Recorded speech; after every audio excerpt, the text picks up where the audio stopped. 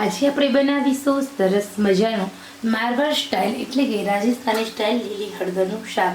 જો તમે આવી રીતે લીલી હળદરનું શાક બનાવશો તો કોઈ પણને ખ્યાલ નહીં આવે કે આ શાક છે તે લીલી હળદરનું છે, કારણ કે આ શાક હોય ને એનો ટેસ્ટ જ બહુ સરસ મજાનો છે. જે લોકોને હળદર નથી ભાવતી તે લોકો પણ હળદર માંગી ખાશે. અને એવું કહેવાય છે કે શિયાળામાં ખાધેલું આ શાક આખું વર્ષ આપણને હેલ્થ પૂરી પાડે છે. લોહીની ઉણપ દૂર થશે, સાંધાના દર્દ મળશે, તમારા શરીરની અંદર તમે સ્ટ્રોંગ બનશો અને સાથે સાથે જે ઠંડી પડશે એની સામે રક્ષણ પણ મળશે. તો ચલો જોઈએ સરસ મજાનું આ લીલી હળદરનું શાકને કેવી રીતે બનાવ્યું તેની રેસીપી. ખરેખર મિત્રો આપ સૌને આ રેસીપી પસંદ આવે તો લાઈક અવશ્ય કરશો. મારી ચેનલ નવી છે, નાની છે, આપ સૌના સાથ સહકારથી હું ધીમે ધીમે આગળ વધી રહી છું. આશા રાખું છું આપનો સાથ સહકાર મને ચોક્કસ મળશે. તો ચલો જોઈએ રેસીપી. સૌથી પહેલાં આપણે લીલી હળદરનું જ્યારે શાક બનાવવાનું છે રાજસ્થાની સ્ટાઇલ, ત્યારે કઈ કઈ સામગ્રીની જરૂર પડશે તેના વિશેની વાત કરીએ તો અહીંયા મેઝરમેન્ટ ખાસ તમારે જોવાનું છે. 250 ગ્રામ હળદર લીધી છે. હળદરને આપણે ઝીણી છીણી લેવાની છે, અથવા તો ચોપરમાં તમારે એકદમ જે બારીક છાલ ઉતારી અને તમારે ચોપ કરવાનું છે. ઓકે. સાથે આપણે જેટલા ગ્રામ હળદર હોય એટલા ગ્રામ ઘી લેવાનું છે ચોખ્ખું. આ શાક ચોખ્ખા ઘીમાં બને છે એટલા માટે. હવે અહીંયા 250 ગ્રામ ટામેટાં, 250 ગ્રામ ડુંગળી, 250 ગ્રામ ફ્લાવર, 250 ગ્રામ વટાણા, 100 ગ્રામ જેટલું આદું, લસણ અને મરચાંની પેસ્ટ અને સાથે 200 ગ્રામ દહીં. આટલું મેઝરમેન્ટ આપણે લેવાનું. ઓકે. હવે આપણે બનાવીએ સરસ મજાનું લીલી હળદરનું શાક. તો હવે અહીંયા આપણે કઢાઈ લેવાની છે. ખરેખર આ શાક જે બનાવવાનું હોય એમાં માત્ર આપણે થોડી વસ્તુની જ જરૂર પડશે. સૌથી પહેલાં ઘી ઉમેરી દેવાનું છે.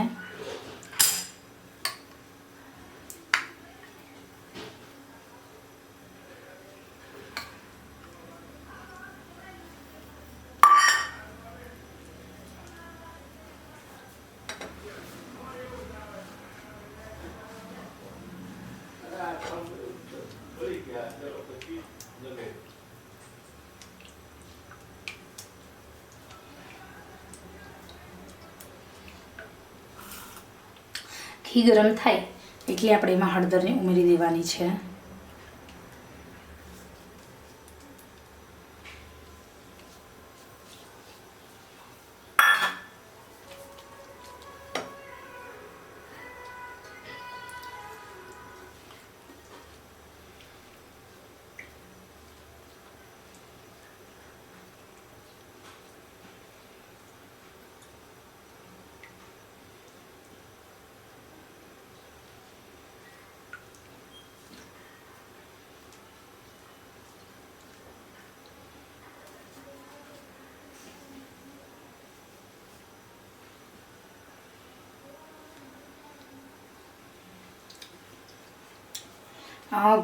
હળદરને આપણે ઘીમાં સાંતળી લેવાની. આપણે હળદર હોય તો હળદર એકદમ ગરમ, પરંતુ જ્યારે ઘીમાં સંતળાય છે ત્યારે એની ગરમાહટ ઓછી થાય છે અને એની ખાવામાં જે મીઠાશ લાગે છે એટલા માટે આપણે હળદરનો પાણીનો ભાગ હોય એ બાળી દેવાનો છે.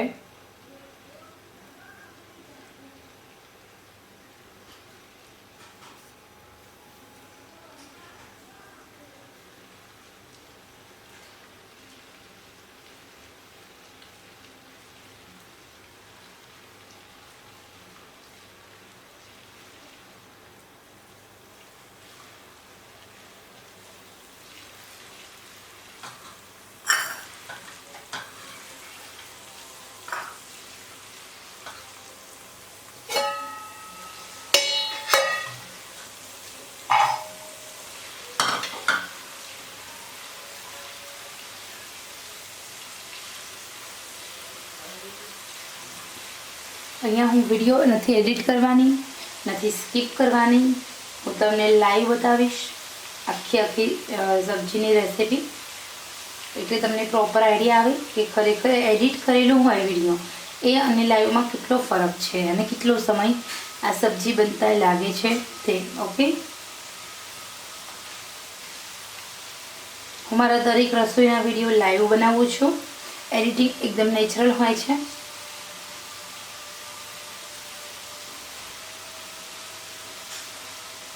હળદર હોય એમાં રહેલો પાણીનો ભાગ બળી જાય ત્યાં સુધી આપણે હળદરને આવી રીતે સાંતળવાની છે. હળદર બિલકુલ કાચી રહેવી ના જોઈએ.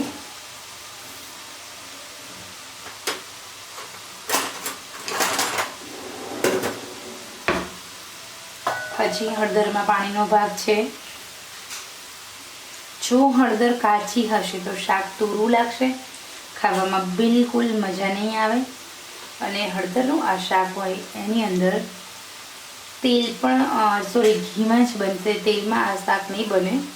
અને બીજું કે જે પણ મેઝરમેન્ટ આપણે વસ્તુનું લીધું છે એ જ રીતે લેવાનું.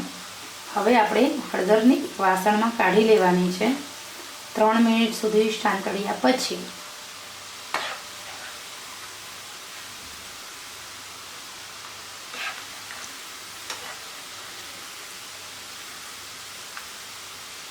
ગેસ આપણે ચાલુ જ રાખીશું.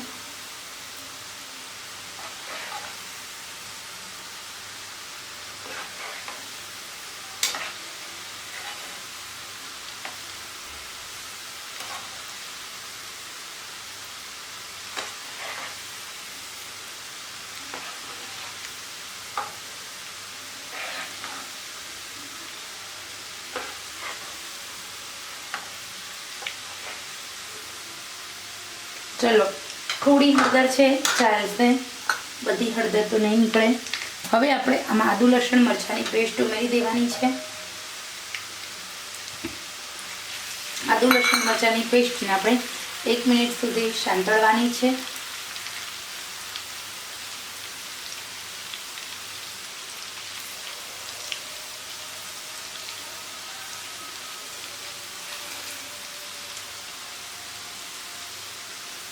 આદુ લસણ મરચાંની પેસ્ટ સંતળાય એટલે આપણે એમાં ઓનિયન ઉમેરી દેવાની છે. ઓનિયનને પણ આપણે સાંતળીશું.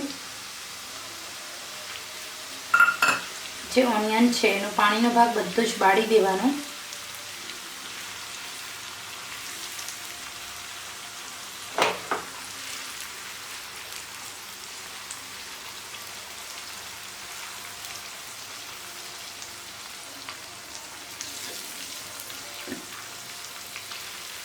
એકદમ સરસ ઓનિયન સંતળાય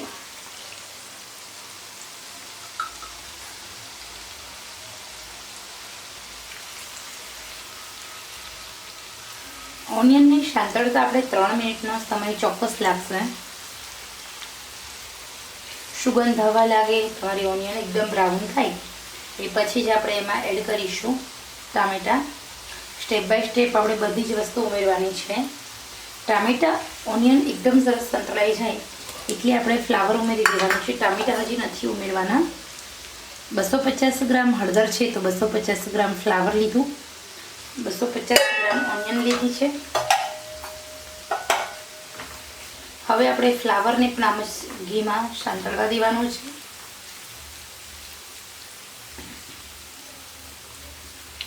ફ્લાવર ઉમેરી 1 મિનિટ થશે એટલે વટાણા ઉમેરી દેવાના છે.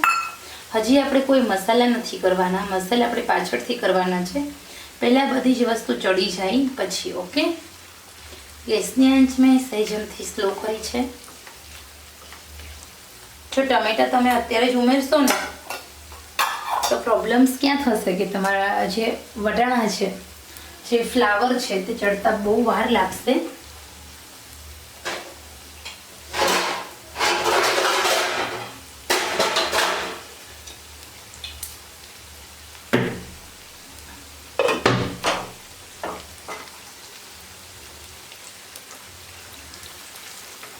આશરે આપણે 6 મિનિટ સુધી આમ જ આપણે ઘીમાં જ આ સબ્જીની અંદર બિલકુલ પાણી નથી નાખવાનું, પરંતુ જે સબ્જી લઈએ છીએ એની અંદર રહેલું પાણી પણ આપણે બાળી દેવાનું છે. હવે આપણે દર 1 મિનિટે હલાવતું જવાનું અને 6 મિનિટ સુધી આમ જ ચડવા દેવાનું છે.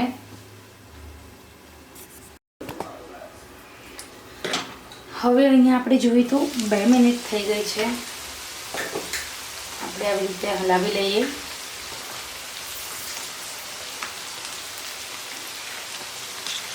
અહીંયા આપણું ફ્લાવર છે, વટાણા છે, આ દરેકે દરેક વસ્તુને આપણે એકદમ સરસ ચડવા દેવાનું.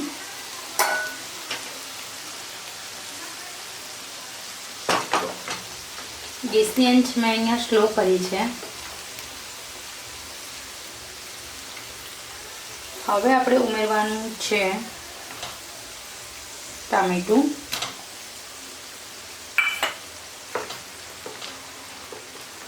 ટામેટાને પણ આપણે ચડવા દેવાનું છે.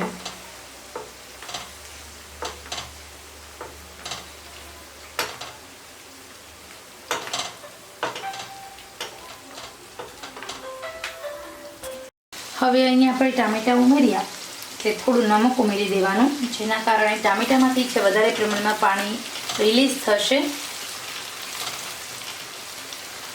હળદર ક્યારે ઉમેરવી, ક્યારે બધા મસાલા કરવા એ પણ હું તમને જણાવીશ. તો હવે અહીંયા પાણીનો ભાગ એકદમ બળી ગયો છે, ઘી છૂટું પડી રહ્યું છે. ગેસની આંચ આપણે થોડી અંતિ સ્લો કરી દઈએ અને હવે કરીશું મસાલા. તો ટેસ્ટ અકોર્ડિંગ નમક ઉમેરી દેવાનું.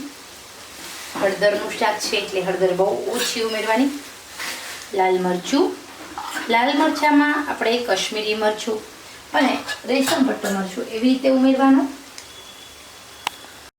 તો અહીંયા મેં 1 ચમચી કશ્મીરી મરચું અને સાથે અડધી ચમચી રેશમ પટ્ટો મરચું, થોડું ધાણા જીરું, સાથે સાથે થોડું અમથું કાચું જીરું શાકભાજી પચાવવા માટે, અને ગરમ મસાલો ઉમેરું છું હું એકદમ 1 ચમચી, સાવ 1 ચમચી નાની. દહીં હજી ઉમેરવાનું બાકી છે, હળદર ઉમેરવાની બાકી છે. આ બધા મસાલા છે ને એ સંતળાઈ જાય ઘીમાં, એટલે આપણે હળદર ઉમેરી દેવાની છે.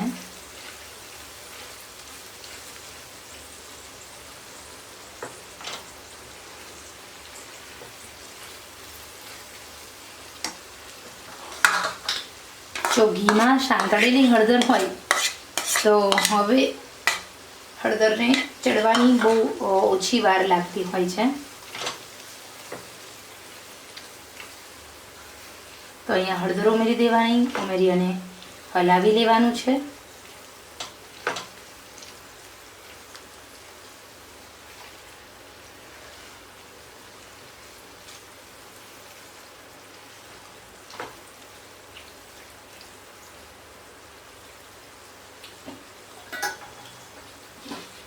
હળદર ઉમેર્યા પછી લીડ કવર કરીશું. 2 થી 3 મિનિટ સુધી આપણે આમાં જ ચડવા દઈએ. તો અહીંયા આપણે હળદર ઉમેરી અને પછી આપણે 2 મિનિટ થઈ ગઈ છે. આપણે હળદર એકદમ સરસ સાઈડ થઈ ગઈ છે. તો હવે આપણે એમાં એકદમ સરસ મોળું છેલ્લે દહીં બધા ટેસ્ટ બેલેન્સ કરવા માટે ઉમેરવાનું છે.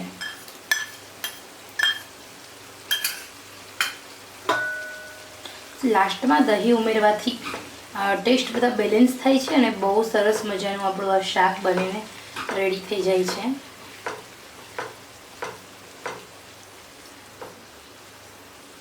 હળદર તુરી હોય છે એટલે ટેસ્ટ બેલેન્સ કરવા માટે દહીં ઉમેરવું ખૂબ જરૂરી છે. તો આ બનીને રેડી છે આપણું રાજસ્થાની સ્ટાઇલ લીલી હળદરનું શાક.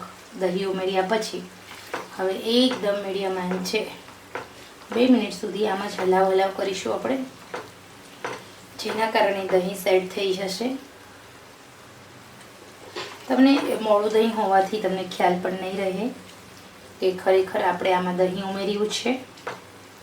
ખટાશ બિલકુલ નહીં આવે, પરંતુ જેટલા પ્રમાણમાં હળદર હોય એટલા જ પ્રમાણમાં દહીં ઉમેરવાનું. જો તમારે 500 હળદર હોય તો 500 દહીં ઉમેરવાનું છે.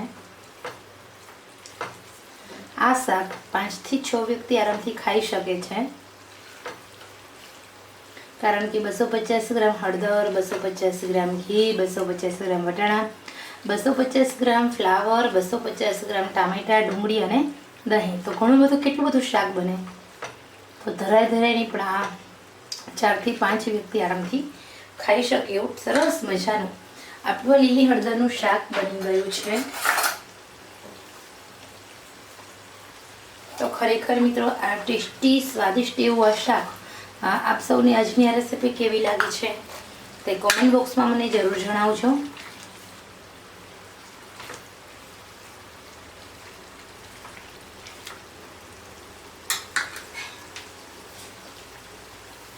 તો બનીને રેડી છે આપણું સરસ મજાનું ટેસ્ટી એવું લીલી હળદરનું શાક.